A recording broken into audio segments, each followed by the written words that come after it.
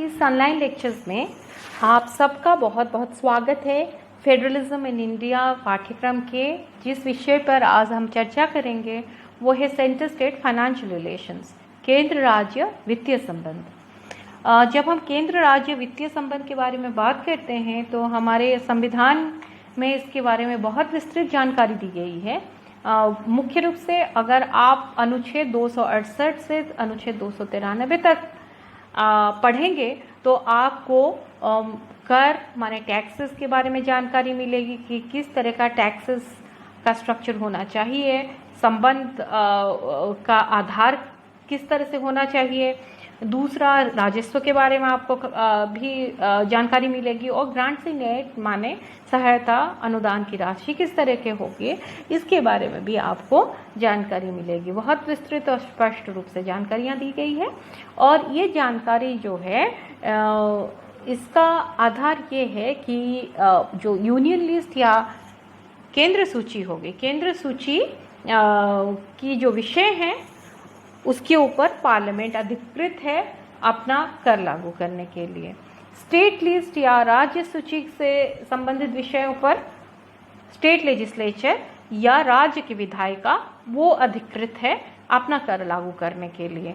और concurrent list या संबंधी सूची के जो विषय हैं उनके ऊपर उभय केंद्र और राज्य अधिकृत हैं कर लागू करने के लिए। रेसिड्यूरी पावर ऑफ टैक्सेशन जो है वो अवशिष्ट शक्ति जो है टैक्सेशन का वो सिर्फ और सिर्फ पार्लियामेंट के पास है।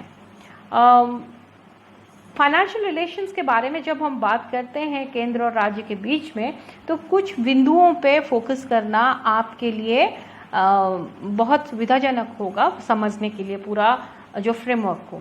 एक तो केंद्र सरकार का आय का सोर्स क्या है, उत्स क्या है, राज्य सरकार की आय के उत्स क्या क्या हैं। केंद्र सरकार का उत्स जो है वो काफ़ी विस्तृत है पर राज्य सरकार की उतने नहीं है। तो राज्य सरकार किस तरीके से अलग से फंड्स पा सकता है। फाइनेंशियल रिलेशंस जो है अगर अबनॉर्मल सिचुएशन होता है जैसे फाइनेंशियल इमरजेंसी, जो वित्तीय आपातकाल जो कि सौभाग्य से अभी तक लगा नहीं है भारत के ऊपर, अगर वो लगता है तो फाइनेंशियल रिलेशंस में क्या फेरबदल होता है। जब हम केंद्र सरकार के आय के बारे में समझने की कोशिश करते हैं तो सबसे बड़ा जो आय का इसका सोर्स होता है जो उसके पास टैक्सेस आते हैं वो इनकम टैक्स से आता है, रेलवे पोस्टल डिपार्टमेंट की इनकम से आता है, बहुत सारे एक्साइज ड्यूटी से आता है, स्टेट ड्यूटी से आता है, जैसे प्रॉपर्टी जो एग्रीकल्चरल लैंड नहीं है वो वाला प्रॉपर्टी से आता है, कॉरपोरेशन टैक्सेस से आता है, कंपनी के एसेट्स जो होते हैं उससे आता है, उसकी जो कैपिटल वैल्यूज़ होते हैं उससे भी उसको मिलता है। राज्य सरकार के आय के जो उत्स हैं वो मुख्य रूप से एग्रीकल्चरल लैंड की जो ड्यूटी होती हैं वो सक्सेशन स्टेट ड्यूटी उससे आती हैं। बहुत सारा उसको टैक्स मिलता है लैंड्स और बिल्डिंग से, इलेक्ट्रिसिटी का सेल और कंजप्शन से मिलता है, गुड्स और पैसेंजर्स जो रोड या इनलैंड वाटर में ट्रांसपोर्ट्स होते हैं उसकी टैक्सेस भी राज्य के आय के खाते में जाता है। फिर कुछ इस तरह की इनकम है जो यूँ तो सेंट्रल के टैक्सेशन की वजह से आता है पर वो पूरी तरह से सेंट्रल के पास नहीं रहता है, उसको राज्य को देने के बारे में हमारे फ्रेमवर्क में दिया गया है। इसमें 3 तरह के टैक्सेशन हैं। एक तो सेंट्रल टैक्सेस हैं जो यूनियन या केंद्र सरकार इसको लागू करता है पर इसका संग्रह और विनियोजन जो होता है वो राज्य के द्वारा होता है। इसमें स्टाम्प ड्यूटीज़ हैं, मेडिसिन्स हैं, टॉयलेट प्रिपरेशंस हैं। कुछ ऐसे टैक्सेस हैं जो लागू किए जाते हैं और संग्रह भी किए जाते हैं केंद्र सरकार द्वारा पर ये राज्य सरकार को दे दिए जाते हैं। इसमें जो हैं वो है जैसे stock exchange, taxes on sales purchase of newspapers, advertisements जो पब्लिश होते हैं, ये सब जो है ये मुख्य रूप से दे दिए जाते हैं राज्य को। फिर कुछ ऐसे टैक्सेस हैं जो लागू किए जाते हैं यूनियन के द्वारा, केंद्र सरकार के द्वारा, संग्रह भी किया जाता है केंद्र सरकार के द्वारा, पर फिर फाइनेंस कमीशन या वित्त आयोग की जो सिफारिश होती है उस समय की, उसके अनुसार उसको राज्यों के बीच में आवंटन किया जाता है। कुछ सप्लीमेंट्री फाइनेंशियल रिसोर्सेज भी मिलते हैं राज्य को, क्योंकि राज्य के लिए काफ़ी नहीं होता है जितना जो विषय उसके शेयर में पड़े हैं वो उसके लिए काफ़ी नहीं होते हैं उसके आय के लिए, तो इसीलिए फाइनेंस रिसोर्सेज जो एक्स्ट्रा होते हैं उसमें ग्रांट्स इन एड आता है। ग्रांट्स इन एड या सहायता अनुदान की राशि हम जिसे बोलते हैं, ये जो केंद्र सरकार देता है उसे राज्य वापस करने की ज़रूरत नहीं है, ये अनुदान की राशि है, दान दे दिया जाता है। और ये मुख्य रूप से दिया जाता है डेवलपमेंट प्रोग्राम्स, विकास कार्यक्रम जो होता है उसके लिए राज्य को दिया जा सकता है। बजट डेफिसिट अगर राज्य में है तो उसके लिए भी दिया जा सकता है। अगर किसी तरह से प्राकृतिक आपदा आ गई, मान लो ड्राउट हो गया, फ्लड हो गया, भूकंप हो गया, तो उसमें दिया जा सकता है। फिर कुछ ऐसे राज्य भी हैं जैसे असम है, बिहार है, उड़ीसा है, इन सब राज्यों को कुछ स्पेशल ग्रांट्स इन एड भी दिया जाता है, क्योंकि इनके ये एक्सपोर्ट करते हैं, जूट गुड्स जो है करते हैं, इस वजह से इनको कुछ स्पेशल ग्रांट्स इन एड दिया जाता है हेल्प करने के लिए। ये जो ग्रांट्स इन एड या सहायता अनुदान का राशि होता है, ये हमें मिलता है जो कंसोलिडेटेड फंड ऑफ इंडिया से। आप कंसोलिडेटेड फंड ऑफ इंडिया के बारे में कुछ तो पढ़े होंगे पहले से। मुख्य रूप से हमारे पास दो तरह की निधि है, एक तो है भारत की संचित निधि और एक है आकस्मिकता की निधि, माने कंटिजेंसी फंड, कंसोलिडेटेड फंड, और एक भी निधि है पब्लिक अकाउंट्स ऑफ इंडिया जिसको लोक निधि कहते हैं। इसमें जो संचित निधि या कंसोलिडेटेड फंड है,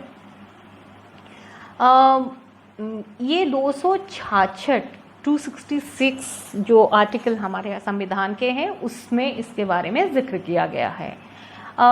संक्षेप में और अति सरल शब्दों में मैं बोलूं तो संचित निधि में सरकार की लगभग सभी प्रमुख कमाई होती है और भारत सरकार की ओर से सभी कानूनी तौर पे जितनी भी अधिकृत भुगतान है वो इसी निधि से चुकाई जाती है। और इस निधि जो है, संचित निधि जो है, संचित निधि से किसी भी विनियोजन के लिए केंद्रीय संसद से आपको पहले से ही अनुमोदन करने की ज़रूरत है। तो ये जो संचित निधि है, कंसोलिडेटेड फंड ऑफ इंडिया, इसी से ग्रांट्स इन एड दिया जाता है। ग्रांट्स इन एड के अलावा और एक तरीके से जो राज्यों को एक्स्ट्रा पैसा चाहिए तो मिल सकता है, वो है केंद्र से ये लोन ले सकते हैं, एडवांस लोन ले सकते हैं। और ये जो लोन लेते हैं ये सिक्योरिटी देना पड़ता है कि राज्य के अंदर से या देश के अंदर से या देश के बाहर से, राष्ट्र के अंदर से या राष्ट्र के बाहर से ये किसी तरह से लोन को रेज कर सकते हैं। The Union government can give advance loans to the state government, or it may give guarantee and security to enable the states to raise loans from within or outside the country. And this security that is given by the Union government to the loans raised by the states must be exercised within the provisions of the Constitution. तो संविधानिक दायरे में ये होना चाहिए। And if the Union government gives security to a loan raised by state government, it cannot raise fresh loans without prior consent of the Union government. अगर आपने एक बार लोन लिया हुआ है, आप राज्य हैं, एक बार लोन लिए हैं, जब तक आप उसको वो सिक्योरिटी उसका नहीं देते हैं तो तब तक आप दूसरा लोन के लिए अप्लाई नहीं कर सकते हैं। एक बहुत महत्वपूर्ण बिंदु है जिसके ऊपर बात करना हमारे लिए सही होगा जब हम संविधान की जो फाइनेंशियल रिलेशंस हैं हमारे केंद्र राज्य के बीच में, उस बारे में हम बात करते हैं। वो है GST, goods and services tax.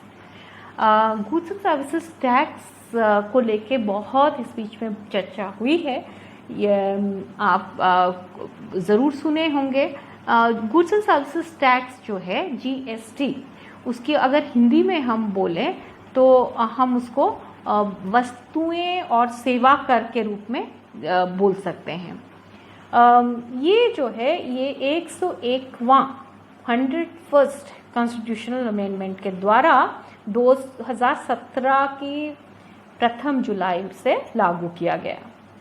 मुख्य रूप से ये क्या है अगर आप जानने की कोई चाहेंगे तो हमारे यहाँ दो तरह के टैक्सेस होते हैं, एक डायरेक्ट टैक्स और एक इनडायरेक्ट टैक्स। डायरेक्ट टैक्स जो होता है आप उसको सीधा अपनी जो आपकी कमाई होती है, आपकी प्रॉफिट होती है, उसके आधार पे आप सरकार को देते हैं। हाँ, जैसे इनकम टैक्स है वो एक डायरेक्ट टैक्स है। पर कुछ ऐसे टैक्सेस होते हैं जो आप डायरेक्टली नहीं दे रहे हैं पर आप गुड्स और सर्विसेज के साथ आप देते हैं। जैसे आप मान ली रेस्टोरेंट में खाना खाने जाते हैं, आप फिल्म देखने जा रहे हैं, तो आप जब वहाँ खाना खाते हैं तो उसके साथ आप सर्विस टैक्स दे रहे हैं।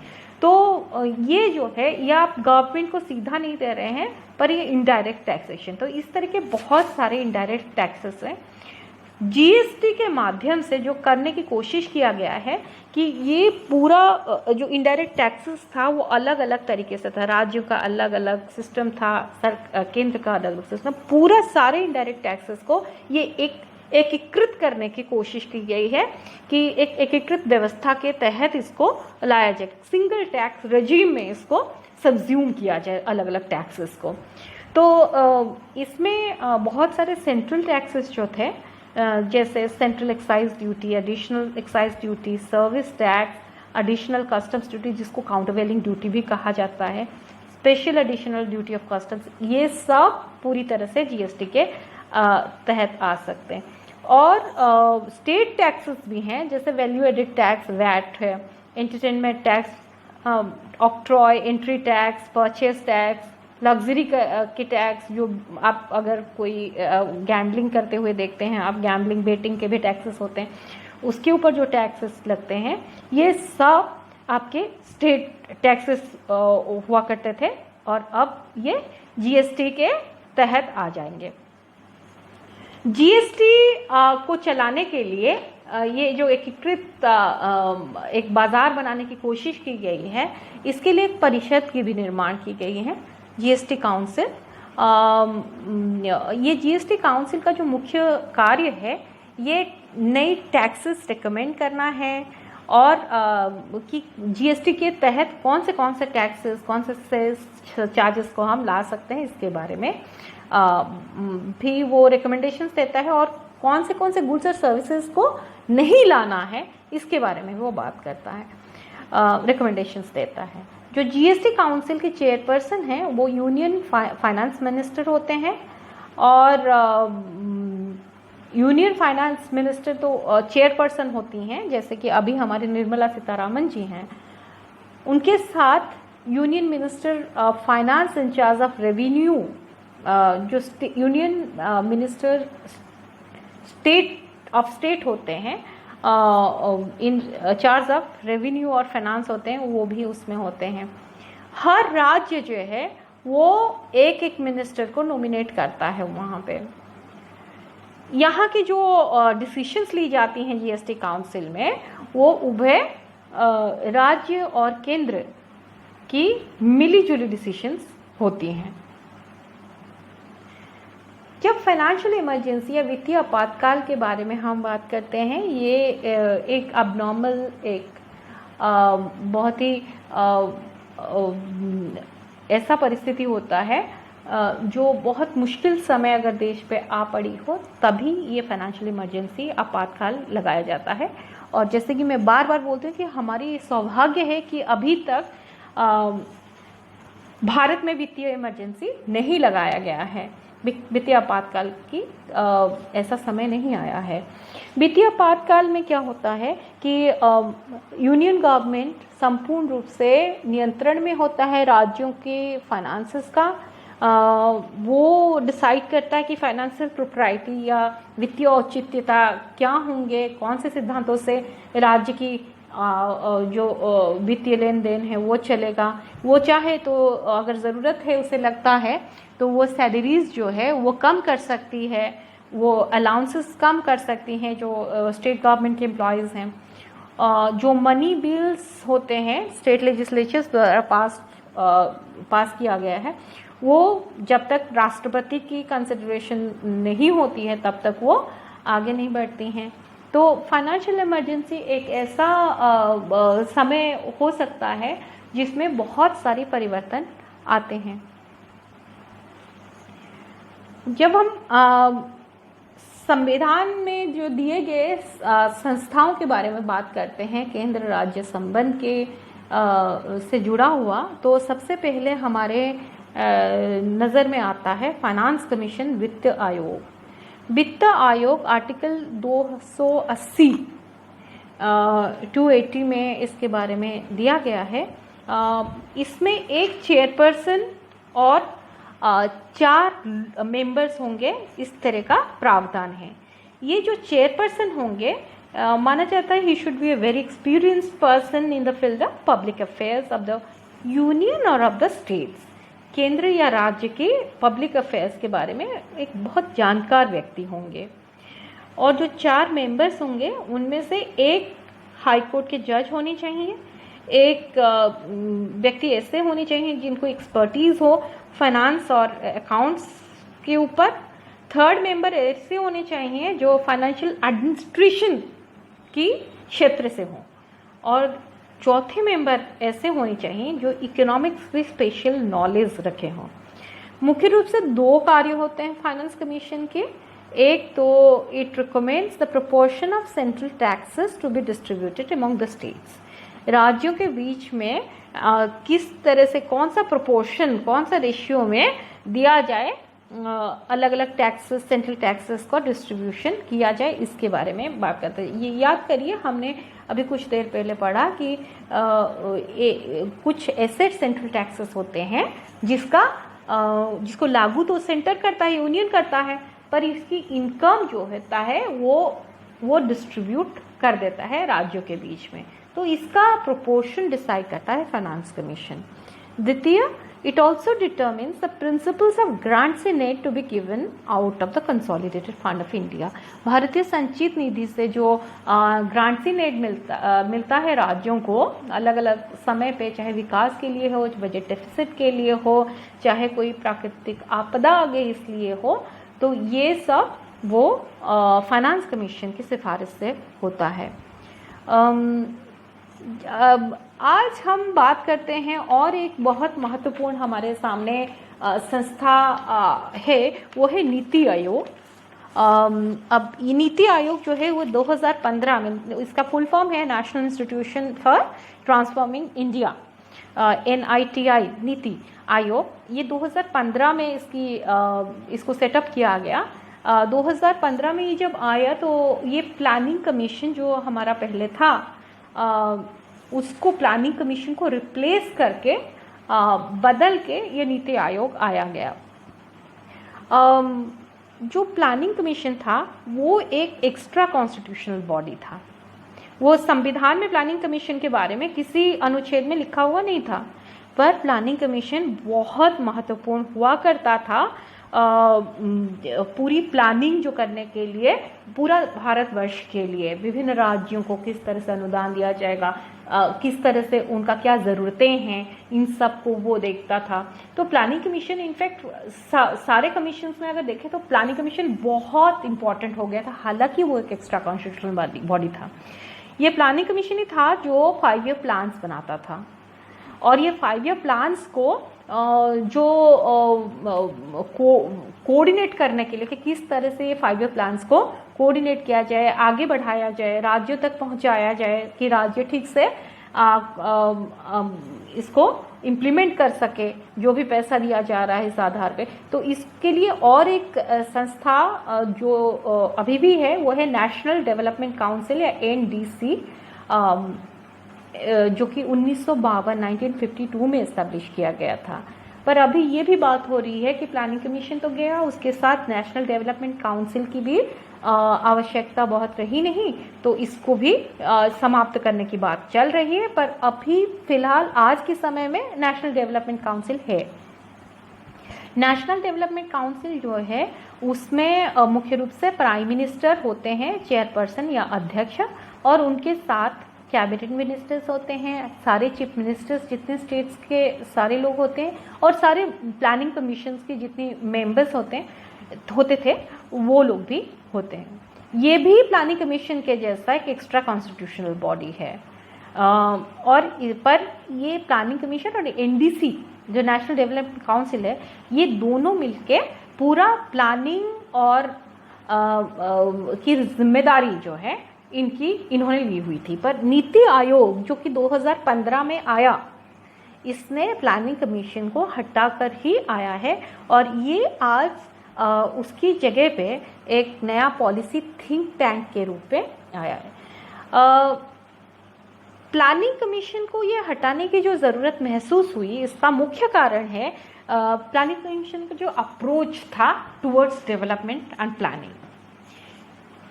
ये एक टॉप डाउन अप्रोच था कि आप केंद्र में बैठे, केंद्र की बड़े बड़े इकोनॉमिस्ट और बड़े लोग सब बैठे और उन लोगों ने डिसीजन लिया, और उसके बाद उन्होंने चीफ मिनिस्टर्स को अपनी डिसीजन पता करवा दिया कि ये डिसीजन है और आप इस तरह से इम्प्लीमेंट करिए, हम आपको ये काम दे देते हैं। तो ये टॉप डाउन अप्रोच था, ऊपर से नीचे तक का अप्रोच था। पर ये अप्रोच को हटाकर नीति आयोग जो है बॉटम अप अप्रोच लाने की कोशिश किया है। बॉटम अप अप्रोच किस तरह से कि जो नीति आयोग है इसमें प्राइम मिनिस्टर चेयरपर्सन तो है, पर इसके चीफ मिनिस्टर्स हर स्टेट के chief ministers including Delhi, Puducherry के जो हैं, वो सब लोग उसमें इन्वॉल्व होंगे। और इसी वजह से माना जा रहा है कि नीति आयोग जो है एक नई तरह की फेडरलिज्म की शुरुआत कर रही है या उसको बढ़ावा दे रही है, जिसको हम कोऑपरेटिव फेडरलिज्म कहते हैं। और जो GST है, माना जाता है कि GST है वो नीति आयोग और GST ये दोनों मिलके कोऑपरेटिव फेडरलिज्म, जिसके बारे में संविधान एक सीधा जिक्र तो नहीं किया है, पर कोऑपरेटिव फेडरलिज्म या आप इसको कह सकते हैं सहकारी संघवाद को एक स्पिरिट के रूप में था, और पर इतने 70 साल में उसको फुली वो स्ट्रक्चर के रूप में नहीं आ पाया। ये स्ट्रक्चर के रूप में उसको लाने की कोशिश कर रहे हैं। अब चलिए आते हैं, थोड़ा सा समझने की कोशिश करते हैं कि कोऑपरेटिव फेडरलिज्म और कॉम्पिटिटिव फेडरलिज्म ये सब क्या हैं। कोऑपरेटिव फेडरलिज्म जो है उसमें मुख्य रूप से माना जाता है कि राज्य और केंद्र मिलजुल के काम करेंगे, एक हॉरिजॉन्टल रिलेशनशिप शेयर करेंगे, जहाँ पे वो लार्जर पब्लिक इंटरेस्ट में एक साथ कोऑपरेट करेंगे। Cooperative federalism is considered to be a very important tool to enable states' participation in formulation and implementation of national policies. It has primarily become a very big concept after the post GST came into force. उससे पहले ऐसा नहीं कि cooperative federalism नहीं था, जैसे कि मैंने बताया कि संविधान का हमारा जो स्पिरिट रहा है कोऑपरेटिव फेडरलिज्म का ही स्पिरिट रहा है, पर GST के बाद ये स्ट्रक्चरली इसको बदलने की कोशिश की गई भारत में जिस तरह से था, और नीति आयोग इसको बहुत सपोर्ट कर रहा है, हमें देखने को मिल रहा है। जो इंटरस्टेट काउंसिल, जोनल काउंसिल आप पढ़ेंगे, ये सब कोऑपरेटिव फेडरलिज्म के बारे में ही बात करते हैं। इसकी जो मेन फोकस है कोऑपरेटिव फेडरलिज्म के, वो it is about basic health of the states, different states और डेवलपमेंट ऑफ डिफरेंट स्टेट्स। उसी के साथ और एक कंसेप्ट है, बहुत लोग इसको cooperative federalism versus competitive federalism करके देखते हैं। वो है कॉम्पिटिटिव फेडरलिज्म या अप्रतिस्पर्धात्मक संघवाद या प्रतिस्पर्धा संघवाद कह सकते हैं। This idea of competitive federalism is actually came in the post 1990s period, जब न्यू इकोनॉमिक पॉलिसी लाया गया भारत में और एक फ्री मार्केट इकोनॉमी के साथ भारत अपने आप को कंधे मिलाते हुए चलता हुआ पाया। तो उस समय ये माना गया कि in a free market economy, the endowment of the states, available resource base and their comparative advantages must foster a spirit of competition. Increasing globalization has increased existing inequalities and imbalances between states. तो एक ज़रूरी है कि एक competition का spirit लाया जाए। States must compete among themselves and also with the center for benefits. So states compete with each other to attract funds, investments, and it is considered that it will facilitate efficiency in administration and enhance developmental activities. तो इस तरह से माना गया है कि एक healthy competition होनी चाहिए राज्यों के बीच में। और इसका मैं एग्जांपल आपको दूंगी कि आपने इस बीच में सुना होगा कि स्मार्ट सिटीज़ का रैंकिंग हो रहा है कि कौन से राज्य में कितने स्मार्ट सिटीज़ हैं। ईज़ ऑफ डूइंग बिजनेस की रैंकिंग हो रही है कि उसके ऊपर कंपटीशन है कि स्टेट वाइज कौन सा स्टेट ज़्यादा बिजनेस फ्रेंडली है, इन्वेस्टर फ्रेंडली है, इन्वेस्टर मीट्स कौन सा राज्य ज़्यादा अच्छा ऑर्गेनाइज कर पा रहा है। फिर स्वच्छ भारत की भी एक रैंकिंग सिस्टम डेवलप करने की कोशिश की गई। ये सब जो है ये कॉम्पिटिटिव फेडरलिज्म के बारे में बात है। तो आज की जो समय है पर वो उसमें हम cooperative federalism versus competitive federalism करके देखना कोई ज़रूरी नहीं है, क्योंकि 2017 में नीति आयोग जो है उसने एक नई फ्रेमवर्क के बारे में बात किया। उसने बोला कि कॉम्पिटिटिव कोऑपरेटिव फेडरलिज्म, इसका मतलब आपकी कॉम्पिटिटिव फेडरलिज्म भी हो, कोऑपरेटिव फेडरलिज्म हो, दोनों साथ साथ चल सकते हैं। दोनों को अलग अलग करके एक म्यूचुअल एक्सक्लूसिव रिलेशनशिप में देखने की कोई ज़रूरत नहीं है कि या तो ये या तो वो, ऐसा कोई ज़रूरी नहीं है। इनफैक्ट जो वाइस चेयरमैन थे नीति आयोग के, पुराने फॉर्मर वाइस चेयरमैन थे अरविंद पंगारिया, उन्होंने तो राज्यों के ऊपर पूरा रिस्पॉन्सिबिलिटी दे दिया कि जो ब्रांड इंडिया को अलग तरीके फिर से बनाने की कोशिश, रीइमेजिन करने की कोशिश उन्होंने बोला कि राज्यों को करने दो। तो इस तरह से हम देखें तो नीति आयोग जो है it puts onus on the chief ministers to hasten the implementation projects for the betterment of the states, but also makes the state an attractive investment destination. So ये जो नीति आयोग है ये बोलता है कि हम दोनों को मिला के चला सकते हैं, कॉम्पिटिटिव और कोऑपरेटिव फेडरलिज्म हो सकता है मिला के। पर कुछ प्रॉब्लम्स हैं जब हम कॉम्पिटिटिव फेडरलिज्म और कोऑपरेटिव फेडरलिज्म इन सबको मिला के चलने के बारे में बात करते हैं, तो जाहिर सी बात है इतनी आसान रास्ता तो नहीं होगा। सबसे पहले एक इम्पॉर्टेंट जो प्रॉब्लम है वो ट्रस्ट डेफिसिट। ट्रस्ट डेफिसिट माने एक विश्वास की, भरोसा की कमी जो कि सेंटर और स्टेट के बीच में हमें देखने को मिलता है। आप देख रहे हैं बंगाल का जो सरकार है अभी के समय में, जो केरल की सरकार है, वो अक्सर बोलते हुए आपको मिलते हैं कि भाई जितना कर रहा है यूनियन गवर्नमेंट हमारे लिए काफ़ी नहीं है, वो कुछ खास दे नहीं रहा है। तो ये जो ट्रस्ट डेफिसिट है, many of the state governments they believe that the thrust on federalism is limited to only lofty ideas and big talks। बड़ी बड़ी बातें हो रही हैं, कुछ खास हो नहीं रहा है।